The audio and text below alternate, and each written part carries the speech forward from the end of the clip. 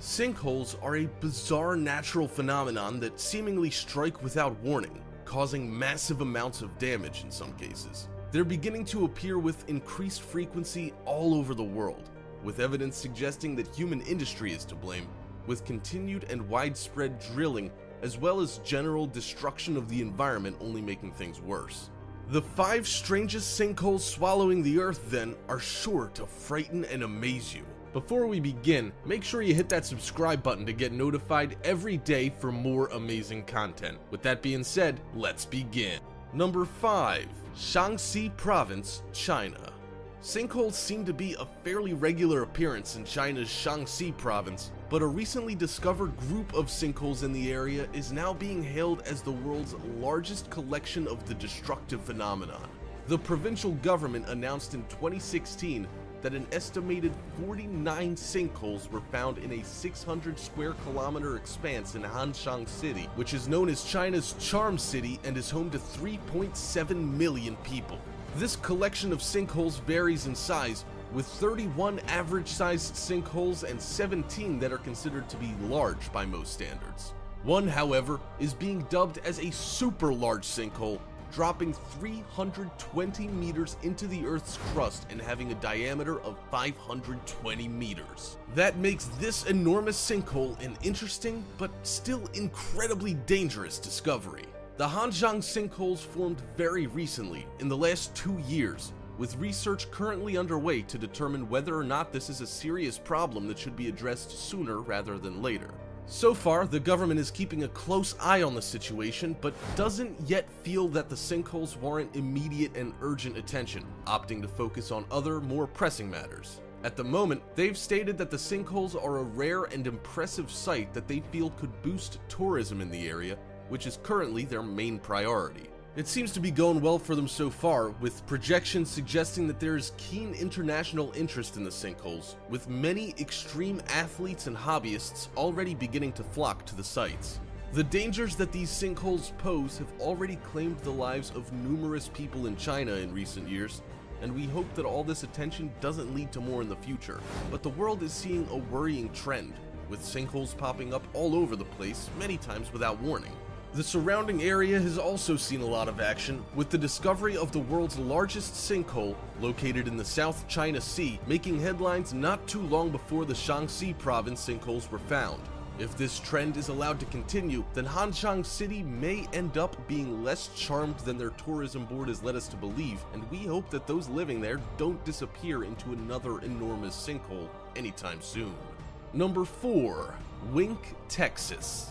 Sinkholes are also becoming more of a concern for US residents nowadays, with Wink, Texas being another hotspot for sinkhole activity. They've been making themselves known since the 80s and are made even more dangerous by the fact that nobody actually knows exactly what's causing them or why. This would be troubling enough if recently studies hadn't also shown that these holes are now growing in size, threatening to swallow up more of the earth as they expand.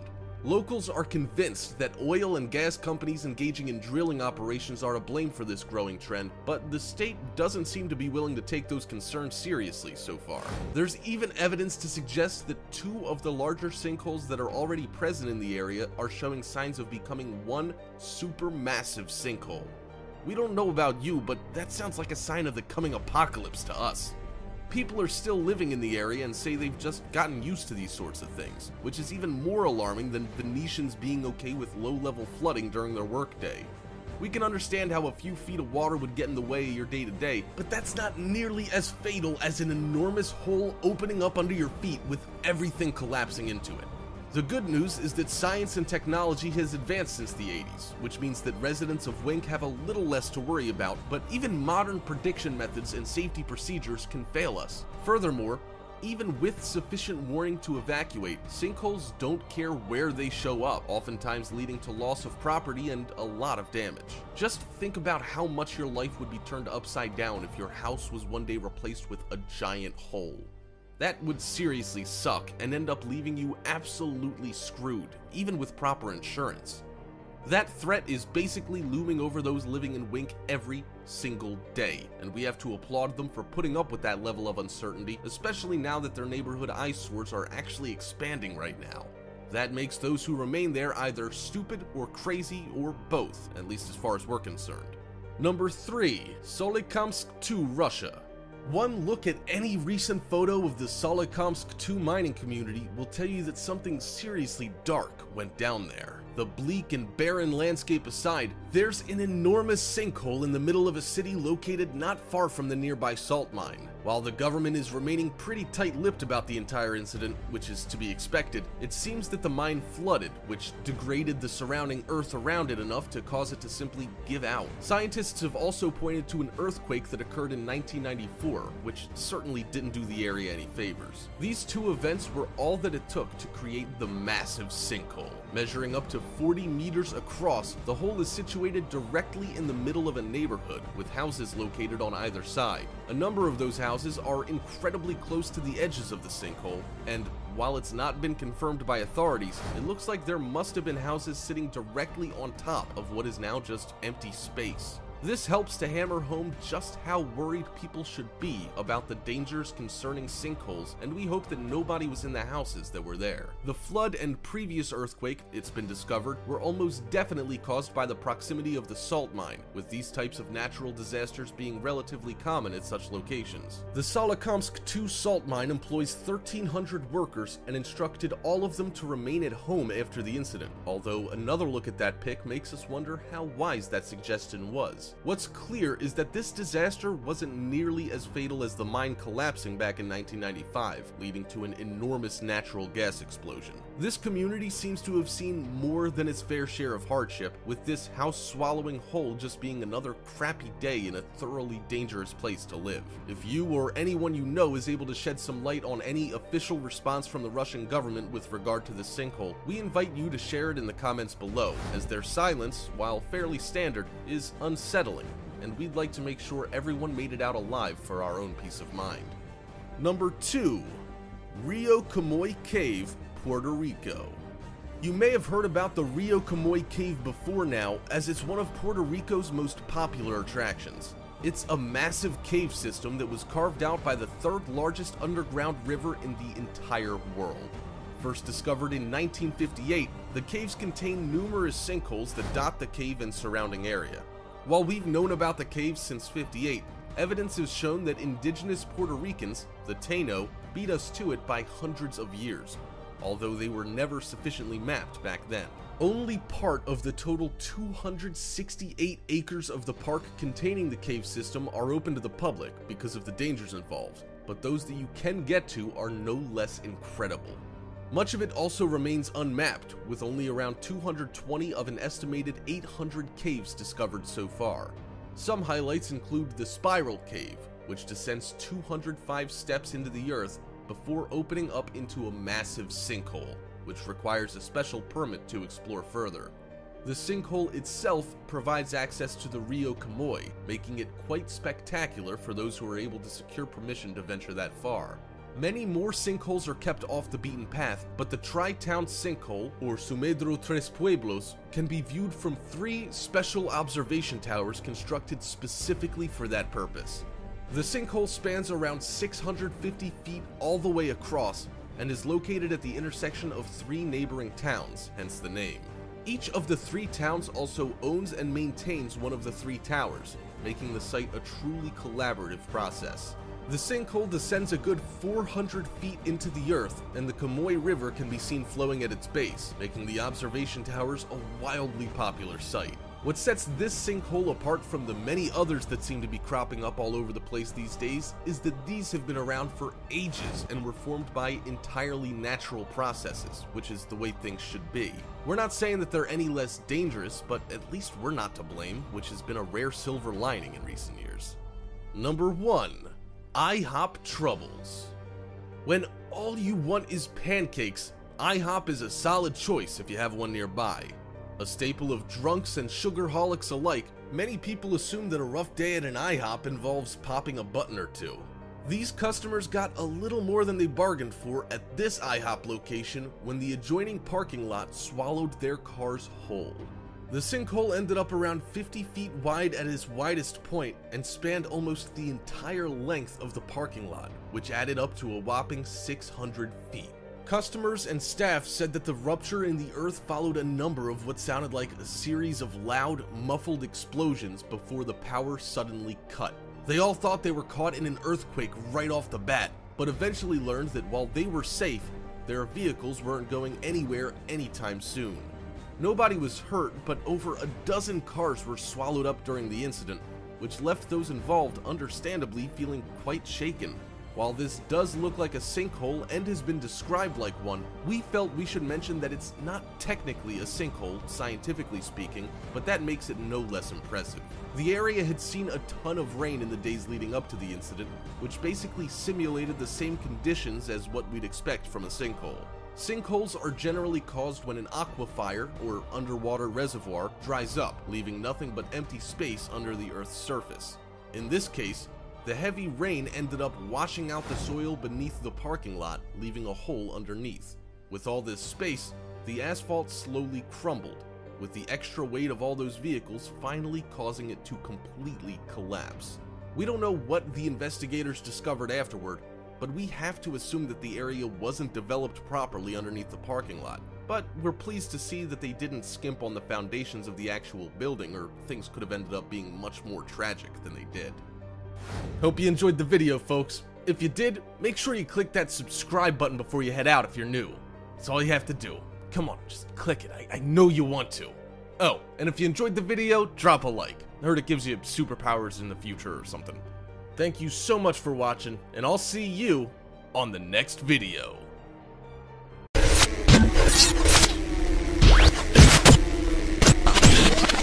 Everest has captured our imaginations for hundreds of years. Locals have long called the mountain Sagarmatha and treated it with the utmost respect. Tourists are now beginning to take over the area, however, and the problems involved are piling up. We hope to shed some light on these issues with a rundown of 5 strangest things found on Everest. Before we begin, make sure you hit that subscribe button to get notified every day for more amazing content. With that being said, let's begin.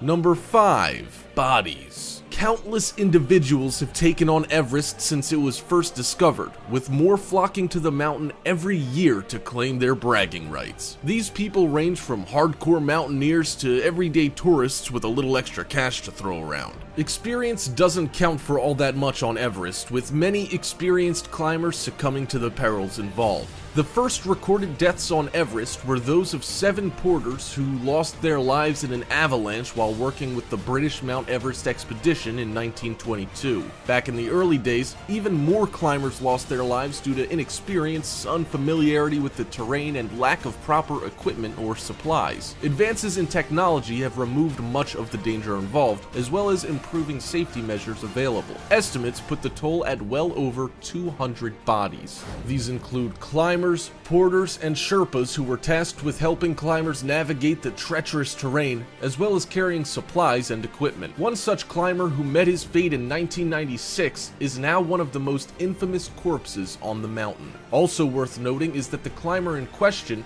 Tshwesang Pwaljor, now nicknamed Green Boots, perished during a sudden blizzard that left him completely exposed to the elements close to the summit. A further 7 people also died during the very same blizzard, making it one of the most tragic days in Everest's relatively brief climbing history. He was wearing neon green boots when he died, hence his popular new name. For the past 20 years, he has lain on the slopes near Everest's summit and creates an active barrier to climbers when the snow cover is light. Huge numbers of climbers can recall having to step over him in order to finally reach their target, which is an incredibly grim reminder of what can go wrong. Transporting Tshwesang's body down the mountain, along with the many others strewn all over the place, would be a costly and difficult proposition filled with all sorts of obstacles to overcome. This is why mountaineers of the past were content to simply leave them be. With the number of climbers left on the slopes every year, these numbers, however, are starting to reach unmanageable levels, and people are starting to realize that something will have to be done as far as cleanup's concerned.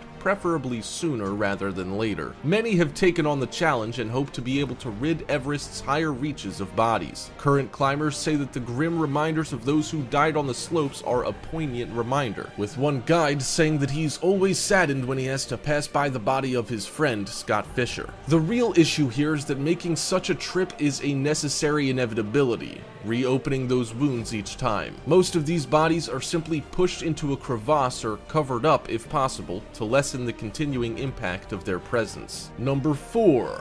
Garbage. With all those people taking on the world's greatest mountain, trash is bound to pile up a little bit. For a very long time, garbage and waste brought up by climbers really didn't make it back down, leaving it to steadily accumulate over the years. In order to help alleviate the issues that will eventually arise with so much garbage left strewn about, efforts are being taken to ensure that any visitors to the mountain do their part to aid cleanup efforts by carrying as much trash down as they possibly can. A new push has even seen the government of Nepal organizing the supply of canvas bags for the use of trash bags. Since no trace camping methods are able to stop the future buildup of garbage, but don't do much to help remove what's already there, these enormous bags, capable of holding up to 176 pounds of trash, are expected to be carried back down by helicopter. This move was triggered after deadly avalanches led to the climbing season being halted repeatedly since 2014. One of these avalanches basically wiped out Everest's southern base camp and killed 19 people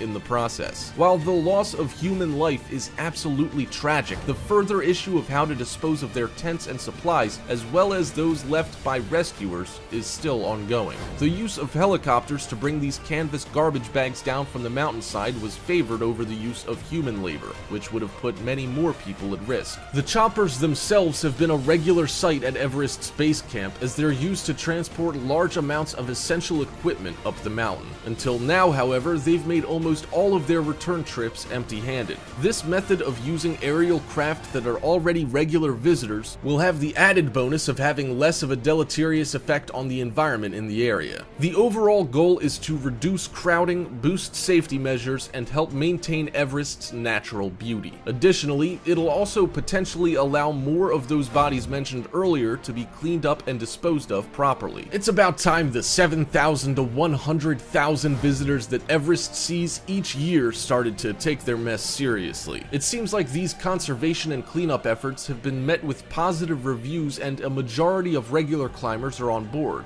which will make things much easier to maintain. This, in turn, will help produce a more meaningful change in the coming years. Number 3. Human waste. It's not just garbage that gets left behind on Mount Everest. Human waste is seemingly piling up in alarming amounts on the mountain these days, with very little idea of how to properly dispose of it. As we mentioned, Everest can see upwards of 100,000 visitors during a busy season, and in the past, most of what was brought up there was left there. That way of thinking ended up being twofold for any waste produced on the mountain. It should also go without saying that there would probably be very few volunteers willing to strap a sack of human waste on their backs and start making their way down to the closest sanitation center. This has led to a problem that has no easy solution, but can have devastating impacts on human health and the environment if left unchecked. It's estimated that the mountain's numerous visitors, many of whom are only weekend warriors with no real concept of these extreme conditions and the problems posed, can generate upwards of 12,000 pounds of bodily waste every year. The issue is now becoming well known, with numerous cases reported of people becoming seriously ill after drinking contaminated water. Even before you get to base camp, many locals who offer rooms to tourists in the lower altitude towns and villages don't have proper waste disposal systems, with many of them ill-equipped to handle such a large amount of people constantly passing through. Landfills and dumps are becoming more commonplace on the mountain, destroying the natural environment at an alarming scale. The disposal of human waste in large open-air pits is evident everywhere on your way up to base camp, and if something isn't done soon, the problem will just increase exponentially, as has been seen in recent years. Some companies have moved in and hope to supply Everest with equipment to convert human waste into methane with very little byproducts left over. The group, called the Mount Everest Biogas Project, has run into problems running their equipment at such extremes of cold and altitude, but they're currently working on a solution they think will solve the problem once and for all. We hope they're able to keep up with those 12,000 pounds, because if something isn't done soon, Everest will quickly become too filthy to make any future excursions worthwhile. Number 2.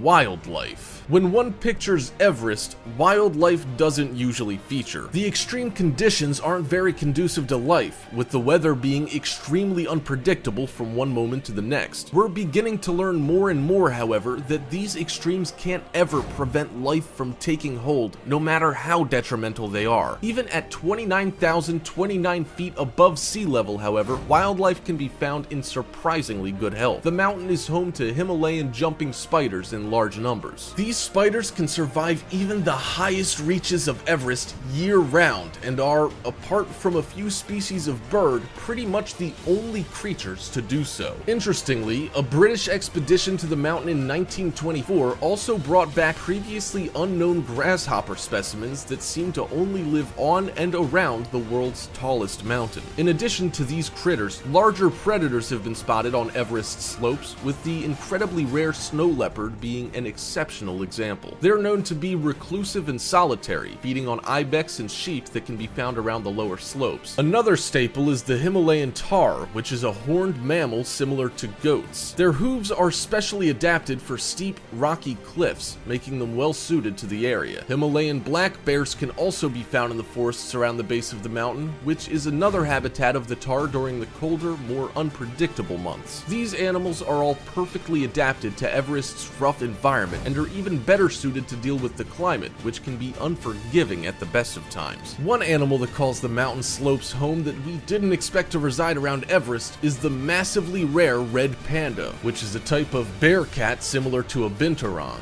They don't make their way up to the higher reaches, preferring to remain in the bamboo-rich Sagarmatha Natural Park at lower elevations. These pandas are extremely vulnerable to extinction in the near future, with only around 10,000 of them thought to still be alive in the world. Number 1. Marine fossils. A glimpse into Everest's humble past has recently captured the attention of researchers and scientists across the globe. Evidence of marine fossils has led to people literally digging into the past to learn more about how they managed to reach the uppermost levels of the world's tallest mountain. Many numerous expeditions are currently being planned, with many more having found undeniable evidence of marine fossils embedded in rock found in Everest's uppermost reaches. Because of the danger involved and the fact that many of the areas they expect to find further specimens are located well above the notorious death zone of 25,000 feet, collecting enough samples to get a solid idea of Everest's history with the world's oceans will be a tough proposition. It's been proven without a doubt that the top of Everest is made up of marine-based limestone. Likewise, marine fossils have been detected in samples removed by interested climbers. If we're able to get a proper sense of the timeline and geological processes involved in Everest's formative years, we can accurately track its ascent based on what we currently know from other sites that are much less onerous to study. This could give us incredible insights into the mountain's epic history,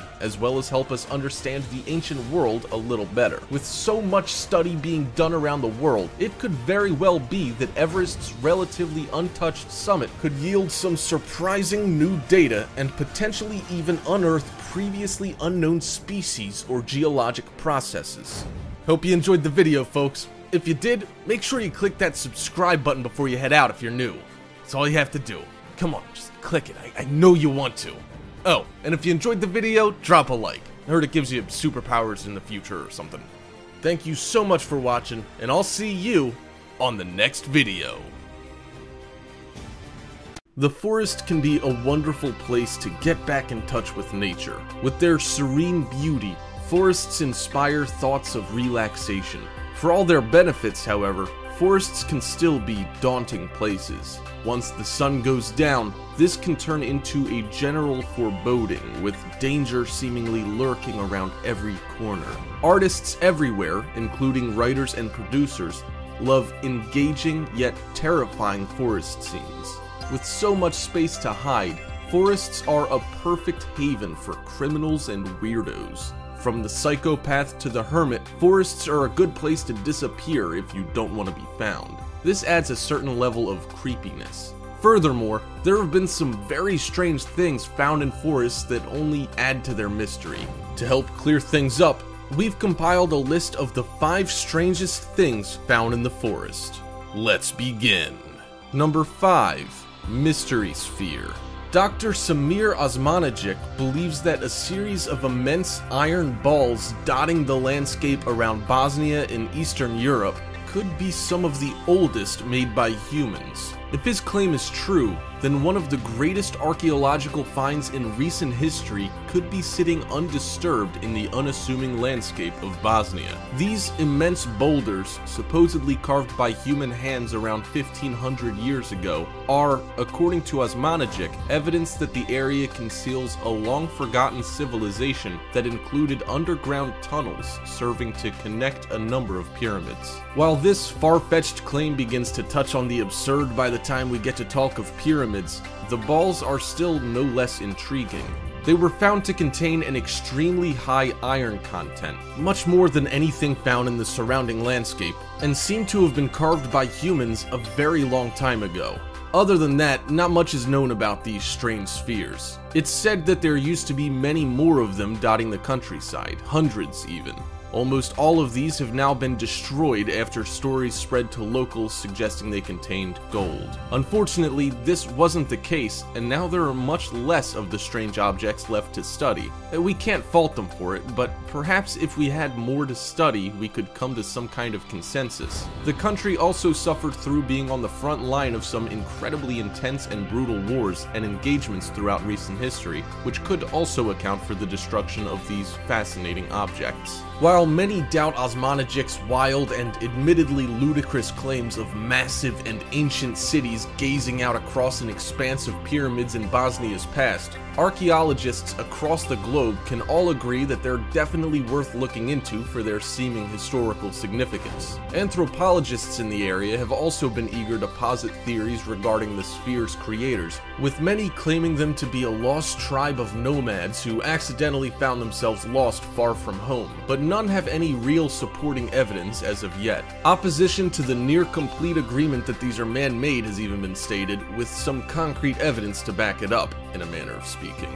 It turns out that the process of, you guessed it, concretion was given as evidence and holds a surprising amount of weight. Not that these massive boulders need any more of that. Even though the origins of these stones remains hotly debated, they are a magnificent sight and do look very man-made. Number 4. Nazi tree formations. This group of trees lay completely forgotten about in Zernikow until 1992, when aerial photographs accidentally captured the spectacle. The swastika has a long history that predated the Nazis by centuries. It was originally used by ancient Indians, among many other cultures, and symbolized prosperity in their culture. It became an image of evil and hatred after it was adopted by Hitler's Nazi party when he took control of Germany and began his murderous campaign of terror. Apparently, someone was a fan of his in the area and took it upon themselves to plant these trees designed to display 2 enormous swastikas every year when the seasons change.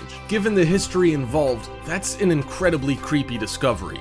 After Germany's fall, it's remarkable that this went unnoticed by the world for so long. Even more disturbing is that it took numerous attempts to clear the forest and remove the stain from the landscape. After these unsuccessful attempts, with the forest growing back each time, the government finally removed only a portion of the trees in order to obscure the swastika. Their attempts were still fruitless for the most part, with the sign still being relatively visible. The trees even give a date under the 2 symbols, making it clear that a lot of work was put into this. The date even gives it the feel of a memorial, which certainly sends chills up our spines when we think about it. Amazingly, this is not the only time a forest has been branded in this way. Nazi supporters really were a band of raving lunatics, and these displays prove as much. It also goes to show that these people had far too much time on their hands. If they'd spent less time uprooting trees to make shapes and spent more getting to work, then maybe Germany wouldn't have been in such a rough spot to begin with.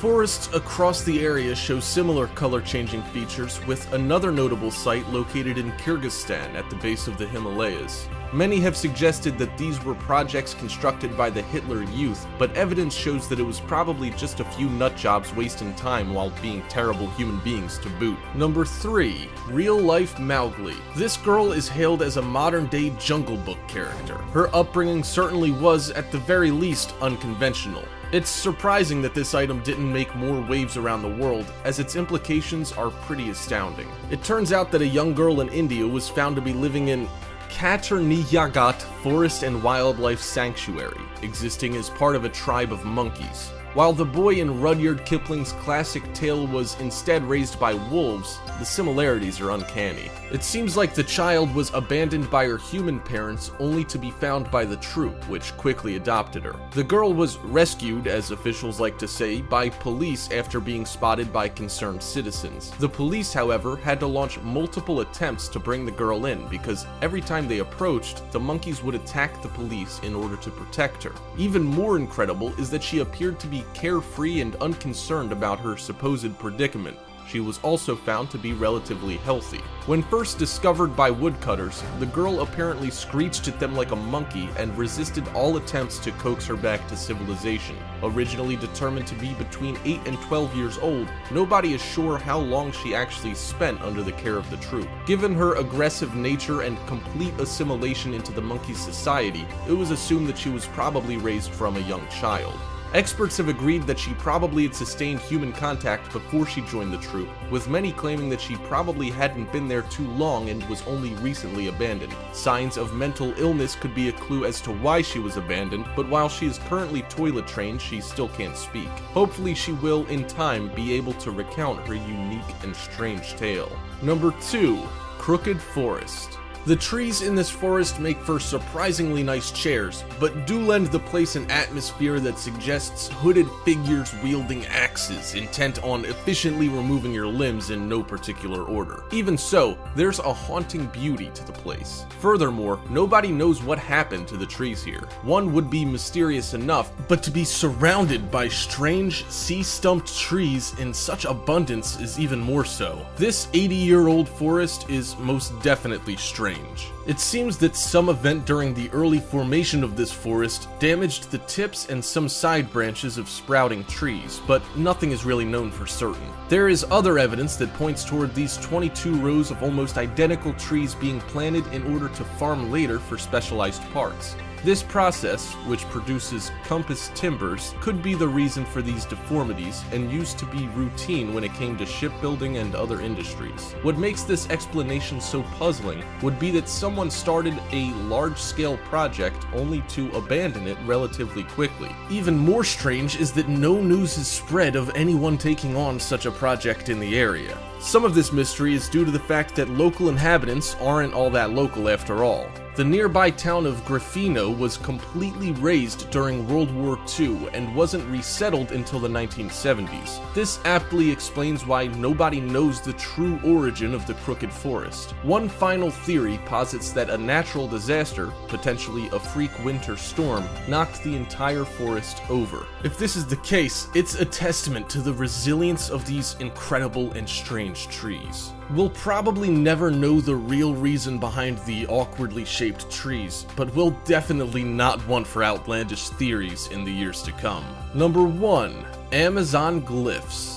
These glyphs, discovered in the Amazon, cover a fairly wide expanse of territory. Over 450 have been discovered, and some are absolutely enormous. This discovery is an odd one because we've previously thought that the Amazon was too dense for humans to have undertaken large-scale removal of trees to carve out immense settlements and spaces. If proven to be true, this could throw into question everything we know about the civilizations that used to occupy the area. The most important change would be with regard to how we view their engineering capabilities. These projects would have taken a massive amount of labor, preparation, and cost to complete. We know that these civilizations were quite advanced, but this suggests they were incredibly skilled at altering their landscape on an unprecedented scale. The glyphs reach a good 13 feet deep and represent a number of geometric shapes and some that are more abstract. Anthropologists have determined that these sites were probably ancient meeting places, potentially used for spiritual or religious purposes. Not much evidence has been found to suggest that they were used often. This points towards them being used infrequently. The area also shows extensive cultivation was carried out here, with huge swaths of the forest being cut back to suit the growing communities. Previous data made it look like these advancements were made much more recently, which gave us a misguided sense of what these people were capable of. Even though these glyphs have revealed so much interesting information that will no doubt employ archaeologists and anthropologists for a few decades, they still don't explain much of it at all. Experts are still just as stumped as they first were as to what these formations were actually used for or how they were constructed. Further investigation is currently ongoing with the hope of shedding light on some of the more strange aspects of these amazing glyphs. The fact that so little evidence of actual human habitation has been found so far hampered progress and presents some very real issues when it comes to narrowing things down. We've got our fingers crossed that they were made by an as yet unknown advanced tribe of the Amazon. Only time will tell when it comes to these incredibly strange and mysterious forests scattered across the globe. And there, you have 5 strangest things found in the forest. These strange places just go to show that some fascinating things can be found if you dare to venture far enough. If you enjoyed the video, make sure you drop a like and share it, and if you haven't already, subscribe down below to get notified every single day with new videos from Top 5's finest. Thank you so much for watching, and until next time, we are out.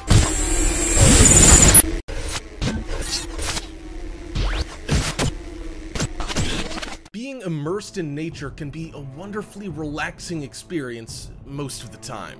That peace can be shattered quite quickly, however, if you happen across any number of wild animals that are known to snack on humans. With that in mind, these 5 creatures you don't want to run into in the wild are worth keeping an eye out for and avoiding at all costs. Before we begin, make sure you hit that subscribe button to get notified every day for more amazing content. With that being said, let's begin. Number 5. Saltwater crocodile. Known to many simply as salties, these crocodiles are considered to be the largest of all living reptiles and are also seen as living dinosaurs. Their habitat is mostly located around India and Southeast Asia, with Australia also being a hotbed for saltwater crocodile activity. They're found in many different environments, with some exceeding 20 feet in length and larger specimen routinely weighing well over 2 tons. Add their less than appealing demeanor to these numbers, and you've got one hell of a fearsome predator, as well as an animal that's not to be trifled with under any circumstances. The good news is that the females are usually smaller than the males, although their temperament is no less vicious. So you should hope to run into a female if you're gonna be out in croc territory, which would at least give you a bit of a fighting chance. Usually found along smaller rivers and swamps instead of out in the ocean proper, these crocs are very territorial and will take on anything silly enough to wander into what they consider to be their feeding grounds. They're also classified as hyper-carnivorous predators, meaning they'll chomp down on anything they feel like, even taking on smaller species of crocodiles or resorting to cannibalism, happily eating smaller specimens of their own species. They prefer to sneak up on unsuspecting prey before drowning them and eating them whole. Their massive jaws snap down with such incredible force that it's nearly impossible to pry them open again. Once you've been snatched by a salty, there's really not much you can do other than hope for the best. They've been known to even win bouts with sharks, easily dominating and subduing them. We don't know about you, but we think that anything able to take on a shark and come out on top is worthy of our respect and fear. It goes without saying that these crocs kill plenty of people each year, with some individuals seemingly getting a taste for human flesh and being classified as man-eaters, which is a serious issue for anyone unlucky enough to live in the area. Many of these man-eaters are hunted down and killed, but many more are able to continue to hunt with reckless abandon, especially in more rural areas where mounting a search party is difficult. The saltwater crocodile has been around in its current form for at least 4 million years, making it not only one of the most fearsome predators on the planet, but also one of the oldest, with no known subspecies to speak of. Number 4. Brown recluse spider. And so we move from one of the world's largest deadly animals to one of the world's smallest. The deadly brown recluse spider is less impressive than saltwater crocodiles, but is no less worrisome, as their toxic venom is known to have necrotic properties. Basically, a bite from one of these little guys will result in your skin literally being eaten away as you watch. They're also known as Sicariidae, presumably named after the religious zealot terrorists known as the Sicarii. They're teeny tiny creatures, not often exceeding 2 centimeters across, but can grow larger in some circumstances. Their color doesn't necessarily have to be brown, leading many people to think that they must be harmless, only to realize too late that the white or gray spider they just encountered was, in fact, a brown recluse. Their name is fitting, however, with regard to their habitat, with the brown recluse very much being reclusive, which is good news for most of us who will probably never run into one of these things in the wild. Unlike most spiders, they only have 6 eyes, which is uncommon but not particularly unheard of. When alarmed, they get into a pouncing position and remain motionless instead of running away. When threatened, however, they usually do turn and run, preferring to avoid conflict despite their impressive bites.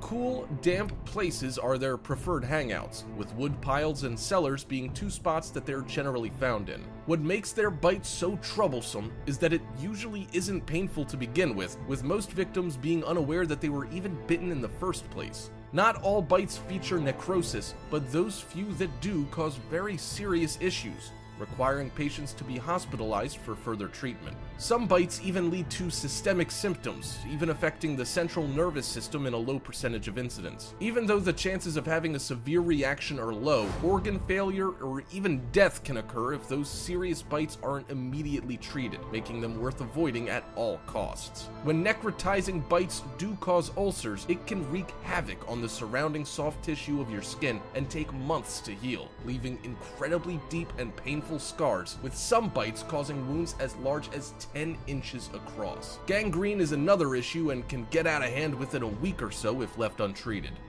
Number 3. Box jellyfish. Known as one of the most deadly jellyfish in the entire world, the box jellyfish is a fearsome opponent to anyone who accidentally runs into one. They're named because of their medusae, which form a cube. Their venom is highly potent and toxic, with their stings being so painful that many swimmers succumb to their effects before they even reach the shore. These jellyfish are able to move at a decent clip, much faster than other jellyfish species, propelling themselves along at up to 6 meters per minute on a regular basis, which is nothing to laugh about considering how dangerous they can be. When startled, they're able to move even faster, reaching speeds of up to 2 meters per second. They even have actual eyes and a significantly developed central nervous system, allowing them to respond to external stimuli and move towards perceived prey.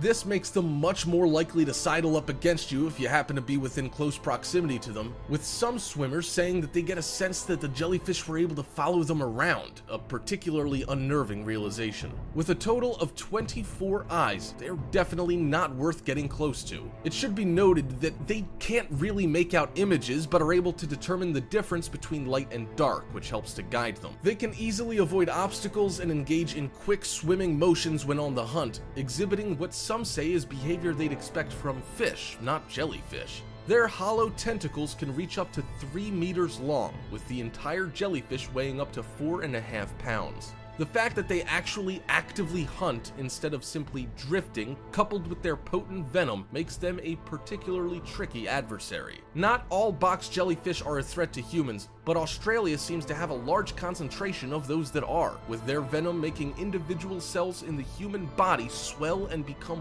porous, leaking potassium. This can lead to massive heart failure and death in as little as 5 minutes from the point of contact. Despite their deadliness, only 64 deaths have been attributed to the box jellyfish in Australia since 1883, but they are undoubtedly able to kill children or the infirm with surprising swiftness. The Malay Peninsula sees many more deaths, with up to 40 people dying each year after being stung.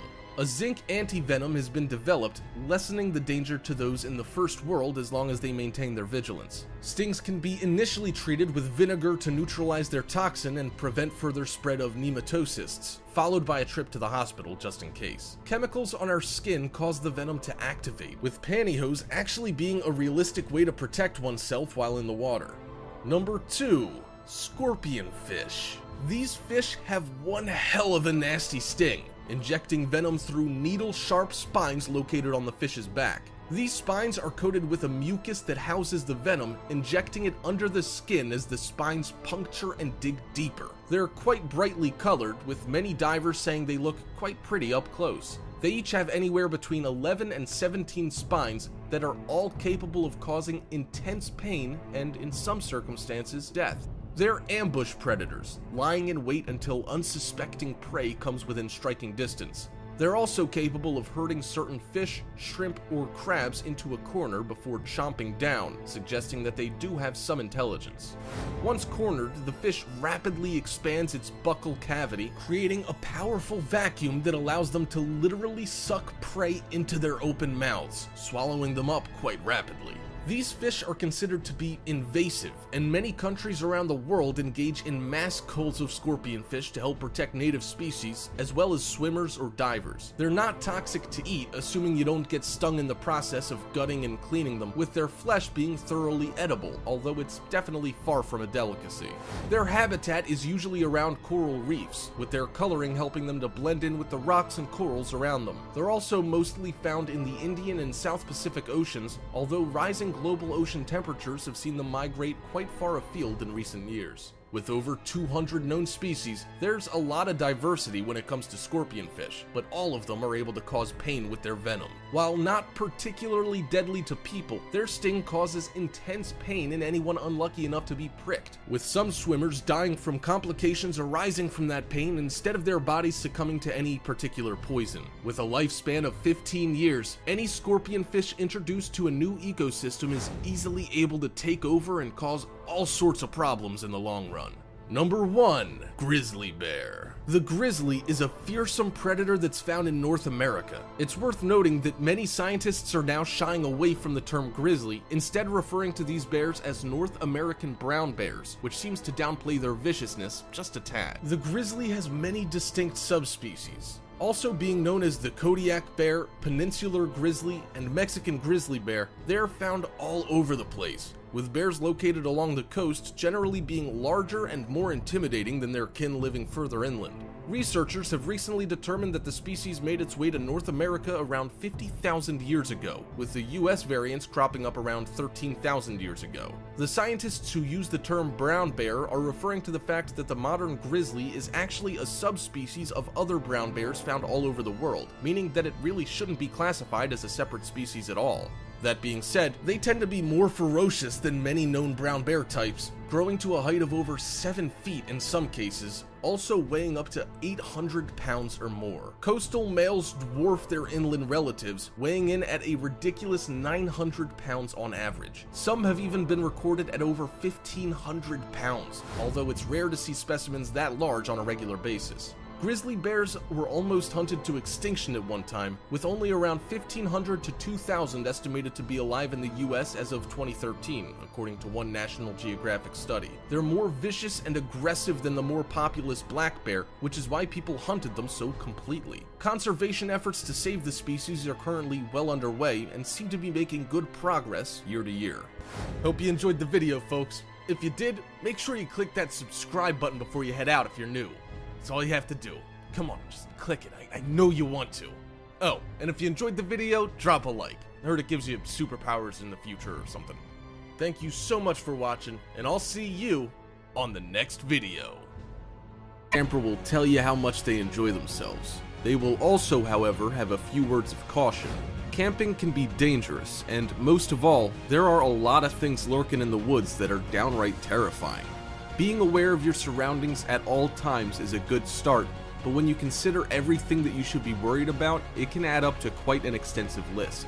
There are a few things that scare campers more than most, and we plan on letting you in on the 5 scariest things seen by campers. Let's begin. Number 5. Storms. When you're out camping, you can be a long way from the nearest signs of civilization. If you're tripping somewhere like a national park, these distances become even greater. One of the most disturbing things to see rolling in are storm clouds. Halfway across an enormous expanse of water in a small canoe laden with all your gear and supplies is no place to be caught when the heavens open up. Strong winds can whip up some massive waves, even on relatively small lakes, and the threat of lightning strikes is always intense. A large amount of hikers and campers are struck by lightning every year, with dozens being unlucky enough to be a target each year. Even when you're not out in the open or stuck out on the water, storms can create a myriad of problems and obstacles. Falling trees and branches are a serious risk, with even the most protected campsites being left fairly exposed. High winds are another important issue to consider, and if they start to kick into high gear, even the most experienced campers will be on their toes. The tension during storms while camping with no emergency services on deck is enough to break anyone. Fortunately, planning a trip ahead of time can help you avoid these deadly storms, as can keeping track of weather forecasts leading up to your trip. Having a hand crank radio can be a lifesaver at times like these, allowing you to keep up to date no matter where you happen to be. A little foresight goes a long way. Making sure you're prepared for any eventuality will ensure that you don't have to worry about being scared to death or worse by a bolt of lightning touching down right in front of you, or having a tree collapse on top of your tent. The danger isn't even clear after the storm passes, with half-felled trees to consider, debris blocking portages, and many previously useful campsites being decimated. If you do happen to find yourself on the water when a storm hits, immediately head to the closest campsite or shelter and try your best to get protected as soon as possible. At terrifying times like these, reacting quickly can be the difference between life and death. Number 4. Beaver fever. With less widespread destruction and devastation than a storm would cause while passing over your campsite, another serious issue that every camper worries about is giardiasis. This disease is caused by drinking tainted water. Usually, this water becomes tainted with animals' fecal matter, specifically with the ingestion of cysts. These pollutants aren't all that appetizing to think about to begin with, and aren't worth thinking about right after a meal. What makes beaver fever so scary is the side effects and after effects. Much like during a storm, if giardiasis hits, it's all hands on deck, or it could very quickly turn fatal. Making things even worse is the fact that nobody else can be sure if they're next in line for their body to begin vacating itself in the most unpleasant of ways.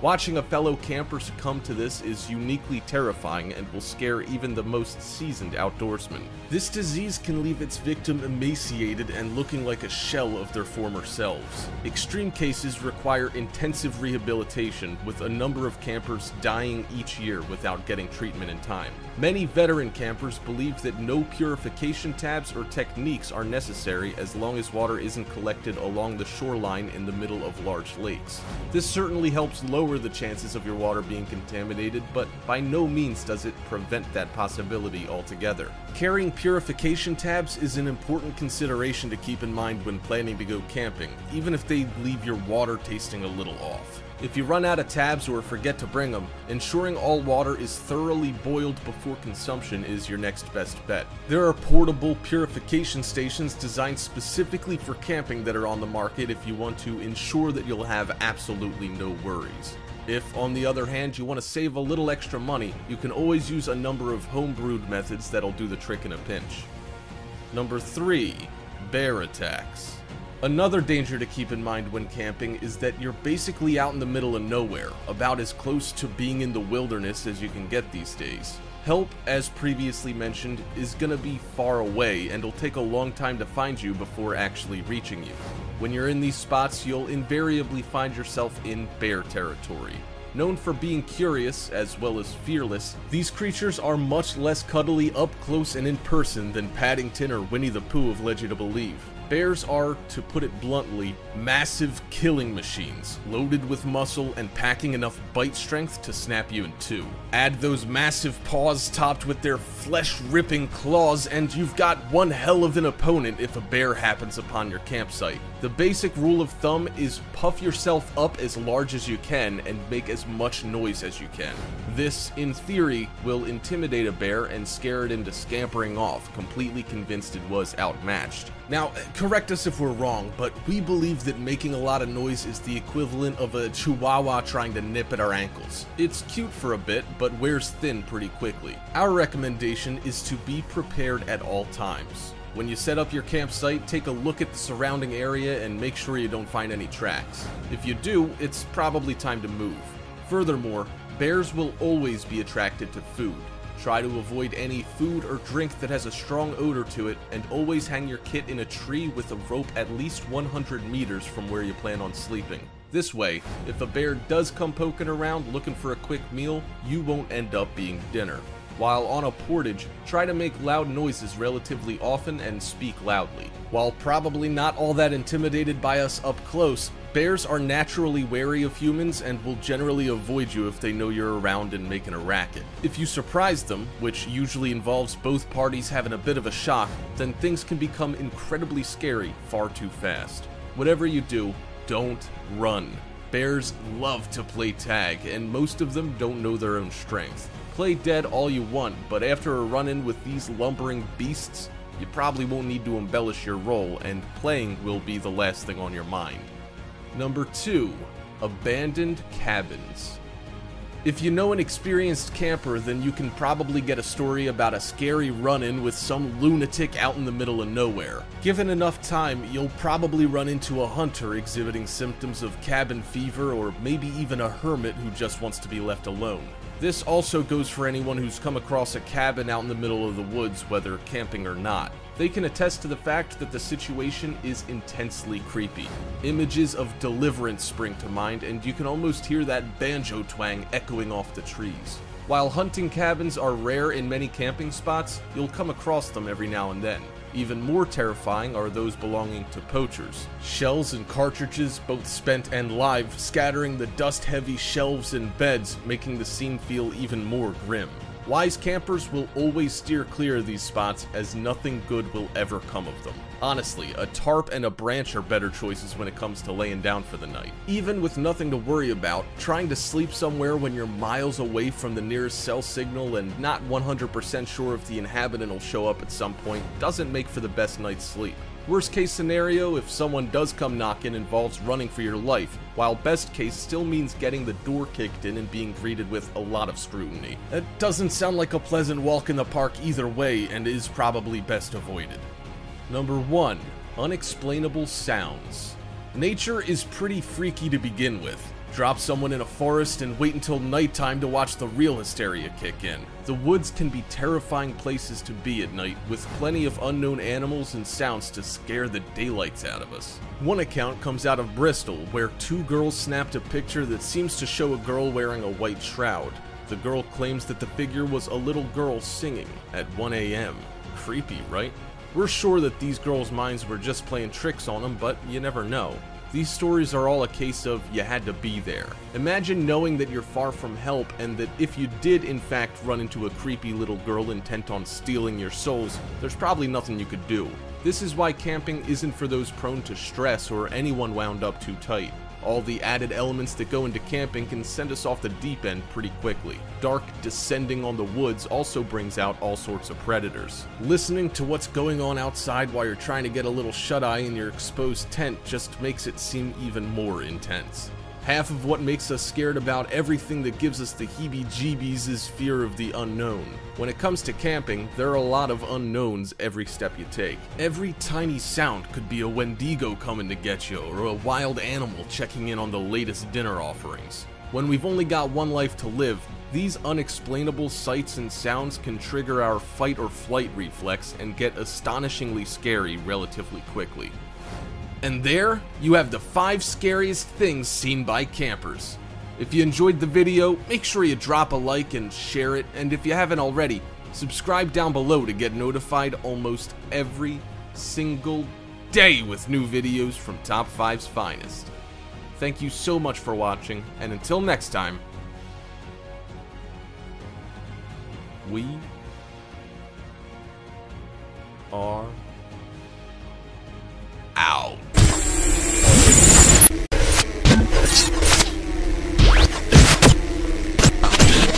Nothing lasts forever, but the following 5 places that'll disappear in your lifetime are all potentially preventable losses. That being said, both global warming and man-made perils are popping up, threatening to derail even our best conservation efforts. We plan to show you just how bad things can get if something isn't done soon to rectify the situation. Before we begin, make sure you hit that subscribe button to get notified every day for more amazing content. With that being said, let's begin. Number 5. Maldives. The Maldives are one of the most threatened places on Earth with regard to rising sea levels, and are attracting experts from all over the world to see how they're currently combating the disturbing trend we're currently witnessing when it comes to climate change. The entire country is incredibly aware of the problems that they'll be facing in the near future, and are doing everything they can to avoid disaster. The country's coral reefs are already rapidly bleaching, which could lead to even more issues in the long run. Back in 2008, Mohammed Nasheed, the president at the time, was even seriously considering purchasing land elsewhere in order to relocate citizens, just in case. That plan has since been put on the back burner, with the current government opting to rent out islands in the Maldives, using the money to take on massive land reclamation projects, with new islands scheduled to be constructed in the future. A number of islands are already being built right now. 8 islands are in the process of being created. One, called Hulhumali, is the site of the in-development City of Hope, the first of the Maldive man-made island cities. It's scheduled to be completed in 2023 and is able to house 130,000 people. The island of Hulhumali features walls that are 3 meters tall, which is half a meter higher than the country's highest natural land. This would allow citizens in areas prone to flooding to move to these new islands that sit well above sea level. Another approach is being touted by Shahina Ali, who believes that the government should be wary about destroying the ocean's habitats surrounding these new islands, especially since their coral reefs are already very threatened. Ali believes that the development of these new islands could cause even more harm by leaving the natural islands more exposed to erosion and flooding. He's also concerned that a massive amount of garbage has been washing up on the new man-made islands, causing even more damage to the surrounding environment. The Maldives are more optimistic today than they were a few years ago, but the threat of flooding is still very real, and only time will tell if the government is able to effect any real change. The bleaching and receding of the nation's coral reefs, along with all the trash collecting on the new islands, could very easily hurt tourism, making it harder to raise enough capital to properly construct their new islands before it's too late. Number 4. Cayman Islands. The Cayman Islands is another country that'll suffer the consequences of climate change more so than most. Like the Maldives, they're making great strides toward effectively dealing with the challenges they face, and are confident that they will be able to persevere. Not everyone is so optimistic. With most of the country barely sitting above sea level, it's looking more and more likely that they're about to deal with some very serious issues head on. Hurricane Ivan, for example, which hit the island as a